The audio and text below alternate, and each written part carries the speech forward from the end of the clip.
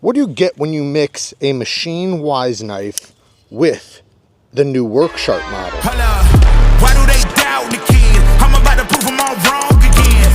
I got a low tolerance, cause they don't even know what the problem is. It's me. You waiting on the boy to fail, then hold your breath and face your death. Cause you play a roulette with each step I progress, no less. Go ahead and place your bets, cause we know where we at, we know we top tier. Cause all the hate that you bring, we know it stops here. I'm taking off like a rocketeer and stopping here. It's strange how they cannot see the future. Neeves Knives, I'm Jared, and today we have a new USA-made knife with an integral handle made by Squid Industries. This is their first ever folding pocket knife. We know them for doing ballad songs, but how do they do pocket knives? So I wanted to start abusing this thing right away. But considering it's not designed for abuse, I felt like I should probably test it for what it's for first, like cutting, sharpening, carry, edge performance, things like that. So just in case if something goes wrong during the abuse, let's start with what it's actually designed for first, but we will not forget the abuse. So this is the new model from Squid Industries. It's a drop point S35VN blade with a 7071 integral aluminum handle, which makes it extremely lightweight, and that's what makes it remind me of the knife from WORKSHARP. Then we have this very much luxuriously smooth flipping action and closing action that reminds me very much of the Machine Wise knife. Very comfortable flipper tab, nice braking action. This one also has the thumb studs, which is nice to have multiple deployments, but when you close it, it's just so luxuriously smooth, and one of the reasons why is because it's running skiff bearings, which are also made in the USA. So this thing has a lot going for it, but the question is, how's it going to hold up? Why do they doubt the kids? I'm about to prove them all wrong again. I got a low tolerance, cause they don't even know what the problem is. It's me. You waiting on the boy to fail, then hold your breath and face your death. Cause you play a roulette with each step I progress, no less. Go ahead and place your bets, cause we know where we at, we know we top tier. Cause all the hate that you bring, we know it stops here. So I am just getting to the spec sheet, and I gotta say it's all starting to make sense now.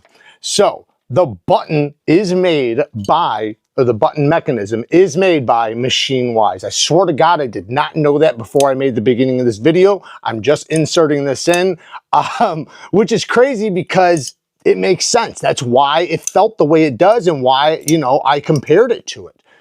So that's really awesome to see. It does have skiff bearings, like I said, and then the total length, 7.7 inches total with a 3.4 inch blade. Great size knife at only 2.8 ounces though, for a full metal construction with an integral handle.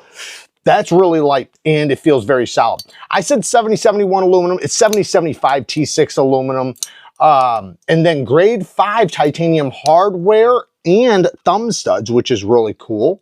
And then the one part that's a little confusing to me is the spring. It says 13 pounds/inch. I'm guessing that means it can hold 13 pounds per inch of spring. That's the only thing I could think of. I'm guessing that's what that means. I'm not 100% on that.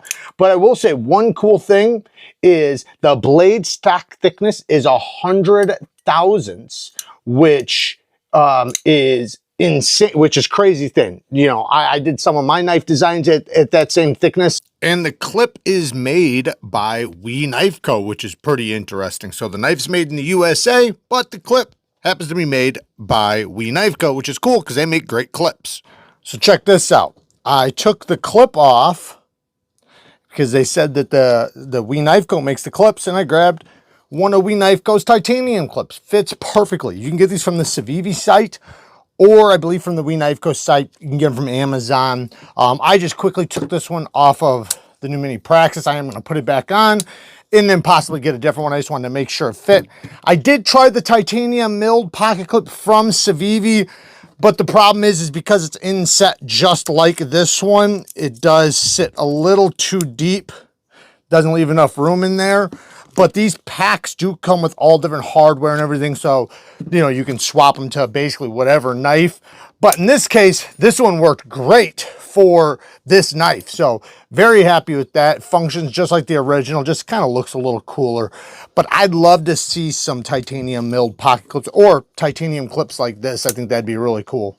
I was a little confused though, because I read the hardware was titanium, the screws for the clip are steel.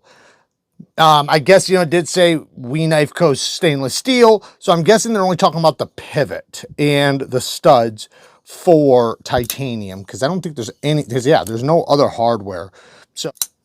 So the cutting performance with the factory edge cuts really, really well. Very thin geometry, passes through materials really nice. The handle is very, very comfortable. I don't think anybody would say this inside edge is sharp.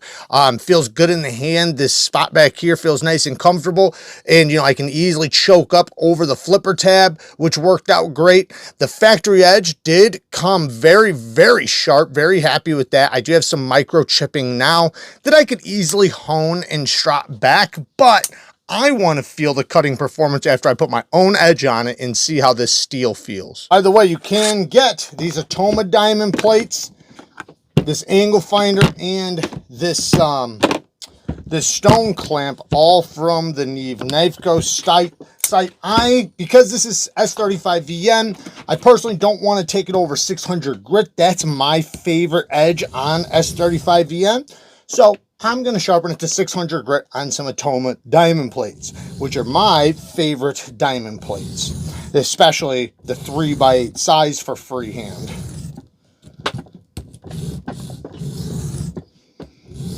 As far as the sharpening goes, the sharpening went well. It sharpened up extremely fast because it has thin geometry.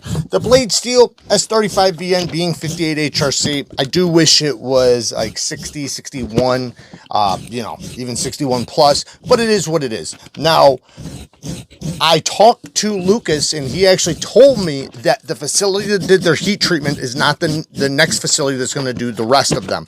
So as far as what they were limited to now was the 58 HRC, but because that's what the company was comfortable with. I don't think they'd ever done S35VN before, but then the company that's going to be doing it is very comfortable with it and will be 61 HRC in the future.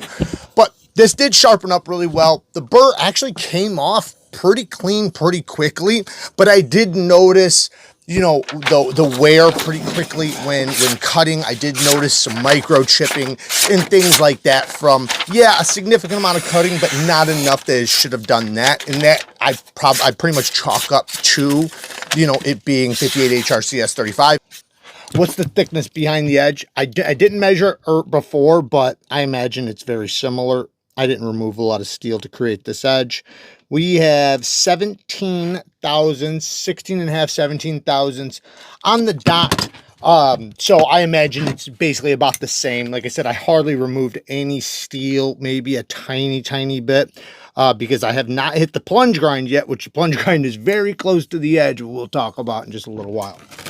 So it is passing through materials a little bit easier with a lower edge angle, which that's exactly what you should expect from a little bit of a lower edge angle. I didn't go too low. Like I said, 17 degrees per side, but it definitely brought up the performance, you know, as far as passing through dense and thick stuff. And I did a lot of cutting that you're not going to see in this video, but through tape and things like that. And it just makes it a lot easier to hone and strap your edge back.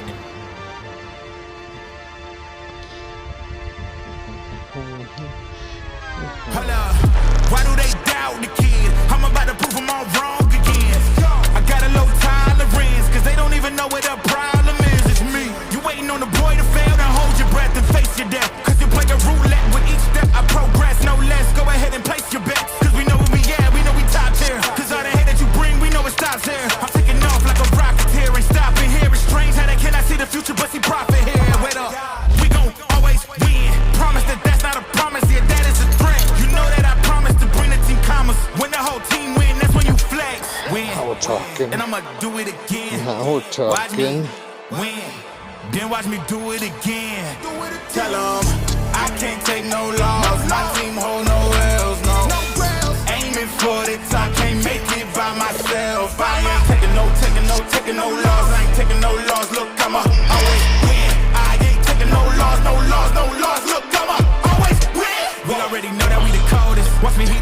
me focus. I'm going toe to toe with foes, I know they notice. I kick in doors, they only hope for closing. Why? Cause they know I go again and go again. And when they get it, I don't know when I'm right up. Wasn't expecting that. Holy cow.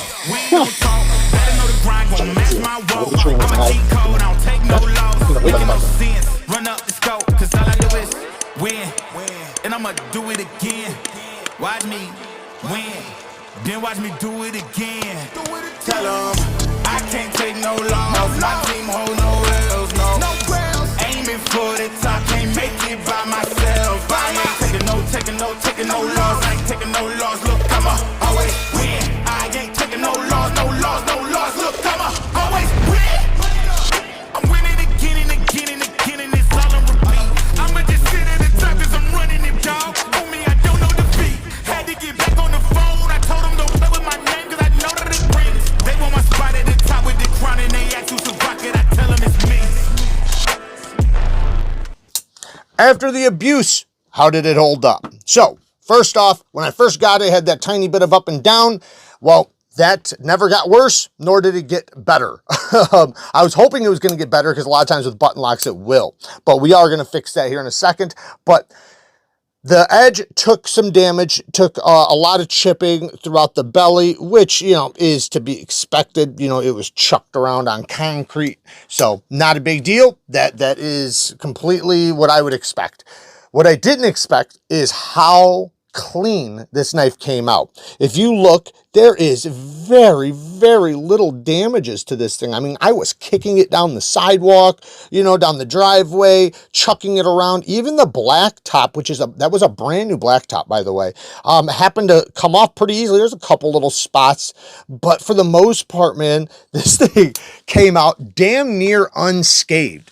As far as the batoning, it never failed. I didn't want to push it to the limits of which I felt like wasn't acceptable, you know, because button locks are not designed for that. I just wanted to show whether or not, or see whether or not it would fail under a considerable amount of pressure, abuse, and impact. And to me, it passed with flying colors, no slip, no nothing, which is great to see. Now, like I said, if I would have pushed it to the max, of course I could have gotten to fail. I could get anything to fail, you know, once you go to a certain level. I just felt that would have been, that's unacceptable to do to something like this. You know, it far exceeds your expectations of what it can do. And then it's not fair because then I'm coming out with a knife that failed, but then it's like, of course it failed. It was always going to fail, you know, and everything probably would have failed. So I was happy to see it succeed where it did and, you know, and just call it, you know, quits at that point. So you guys remember in the beginning when I said the machine wise and the knife, the brand new knife, their first model from WorkSharp? Well, what's funny is that actually, which just completely makes sense, Lucas carried the ProTech Mordex for a very long time. So he was trying to create something kind of similar to this to some extent, right? Obviously it's not, you know, just like it, but I'm just saying like this is what he loved. And that makes perfect sense now, you know, considering the belly, the blade shape, you know, and things like that. This is obviously a way, way different knife, but it makes complete sense now. I will say, you know, this one being much bigger, much broader and all that stuff, it is quite a bit heavier. These two just reminded me of each other because of the weight. This is significantly lighter because it's magnesium alloy, while this is still aluminum, but it is so lightweight with a very, very satisfying action that, you know, you get from a ProTech and from the Machine Wise, but the Machine Wise has just something a little extra that just has this, I don't know, it's this smoothness, this luxurious, I don't even know the word for it.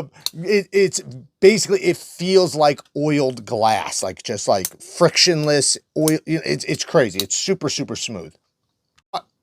After the abuse, we see absolutely zero problems, really no damages except for some scuffs, which, you know, and some edge chipping, which I completely expect. So very, very cool. Love to see that. This thing's a lot more solid than I thought. I honestly thought it was going to fail, to be honest. But hey, it did not. So now for the real negatives. Let's talk about the real negatives. One, the steel 58 HRC, not happy with that. Love to see it around 61. You know, after sharpening it, you know, and testing it, I did notice some wear on the edge and things like that. That, you know, probably came a little faster than it should have. And then after stropping and honing, it also lost that edge pretty quickly. But you know, Lucas already assured me, and this was before I ever said anything. He hasn't seen this video yet, so he just told me this, and that's why I'm adding it into the video, that he is having another heat treater do the S35 from now on at 61. So, you know, this was just kind of, you know, for him kind of bringing it to us. So that's good to hear.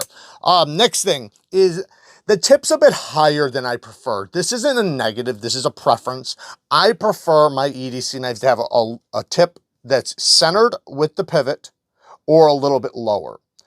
Now, as far as tantos go, obviously, you know, it would be higher, but unless if it's like a drop point or clip point tanto. But as far as drop points go or clip points, I like to be able to do it in easy utility cut, which this one you're mostly using belly. I did use the tip throughout some cuts, but you have to lift your elbow up so high to get to it that you lose a lot of leverage when using this tip as far as utility cuts go. Obviously, it's going to puncture just fine and things like that. But when you're doing utility cuts, you're using more belly. Now, the reason why I prefer the tip in that case is because if I'm going to do a utility cut, do I want to use 25% of my edge or, you know, or more? Or do I want to use just a little tiny 16th of my edge, right? The tip. Of course, just the tip, because this will make this wear out a lot faster using it in utility cuts, just wasting more steel to cut something that doesn't need more steel. So that's why I prefer a lower tip. Not that big of a deal. And, you know, I know he was, you know, doing something kind of similar to this and this. So I get what he was or why he did what he did. But no problems. It's just, you know, that's a preference. The next thing is, the button did have the tiny bit of up and down, but I was able to get rid of it, you know, after I took it apart and stretched the spring out. Now, after stretching the spring out, it definitely went away, and I'm very happy with it, so that's cool. The next thing is it does not have a reversible clip. No reversible clip, which, you know, being an ambidextrous knife, it's definitely good to do. I know it's only 10% of the community, but it's still 10%, and, you know, button locks or, sorry, ambidextrous knives are going to appeal to them much more. So this is an ambidextrous knife, but not without the reversible clip. One of my biggest issues is the plunge grind, and it's not even that big of an issue. So let me be clear, the plunge grind passed, right? So it was a passing plunge grind, but I prefer more. So you can see right here, my sharpening. This is after sharpening it once, and now I'm about to have to sharpen it so much I'm gonna have to remove these chips, right? So you see how close I am to the plunge grind already. Now I lowered back the edge angle, so this bevel is bigger than it was originally, but you can see we're getting close to this plunge grind area right there. That's the end of it. So this is the beginning of it. That's the end of it. I want the end of the plunge grind moved back farther so that I have more life to remove here. I want as many sharpenings and as much steel as I can remove from here before it'll hit the plunge grind. That doesn't mean it needs to be a finger choil or anything like that. It's all about the plunge grind, not necessarily a choil, but I would say if this was pulled back, just the plunge, just back a little bit farther, you'd have plenty of room for getting the stone in there, because it's about the stone having clearance right there when you're sharpening and being able to sharpen all the way back to the back of the heel without hitting anything right here. So I would prefer that to be a little bit bigger. It's still passed, but I'd prefer it to be a little bit bigger. Now, another thing is the blade. So if you look at the blade, so let's look at this side first. I love the machining, right? You have the stone wash. You can see the machine satin on the, you know, on the underside of the stone wash. I love that. That looks sick. It feels like a quality stone wash, you know, quality machining, looks really good. But when we come to this side, you can see there's a crease right here, just a line. It might not come over the camera as well as right there. You can kind of see it right there. See that? How there's like a line right there. So that, you know, I noticed right away, you see another little one right there. Is that a big deal? Is it going to affect anything? Absolutely not. And he did say that he just grabbed this box. He didn't pick this one out. This was not hand-picked for me or anything like that. And then, you know, that's pretty much it. So I will say the positives greatly, massively outweigh the negatives. The negatives are very, very minute. Even as far as the 58 HRC S35, we're used to that. That's pretty common for S35 VN. You know, so I don't want to make it seem like that was bad or anything, because it really wasn't. It's very insignificant. It's still S35 VN. It still held a really good edge. It's still stropped and honed back really well, sharpened up incredibly well, especially with this thin geometry, sharpened up very fast. And the burr came off really nice. There was no problems with it. So seeing it at 61, that will be even better, right? It'll just be a massive improvement. But, you know, the negatives definitely do not outweigh the positive. I like this thing quite a bit. I love carrying it. I've enjoyed using it. The fidget factor is insane. This one's hard to put down when you get in your hand. It's just like, I'll find myself sitting there. Next thing I know, like, I think about it like, I just flipped this thing probably 6,000 times, you know, in the last hour. Because I'll just be like, bam, bam, bam, bam, bam. It's very, very addicting. But all in all, USA made. Love to see that. Oh, one other little tiny, this is stupid, but it's a tiny detail. This is an integral, right? I see in this, I know it's not a real line. It's just from the machining, but it almost looks like there's a line from here to here. I almost thought for a second that it was a two-piece construction. It's not going to come over the camera. You can almost see it right there. It's very subtle. It's just from the machining. But I'd love to see the little things like that, because I like being able to see that it is an integral and not have the thought of, is this an integral? But in this case, I was wondering, just because of that tiny, it's so stupid. I probably shouldn't have even mentioned that. And, you know, in the future, I'm sure he's going to do all kinds of different versions. This has a great spot for an inlay, you know, great things for Cerakote and whatnot. This being a plain canvas right now, you know, you could do so much with this. And recently I've gotten in contact with some guys that are doing Cerakote and stuff like that. So I have some knives getting worked on now. This potentially could be one I might do in the future as well, being such a beautiful blank canvas. So there you guys go. Work hard, stay tough. Until next time, peace.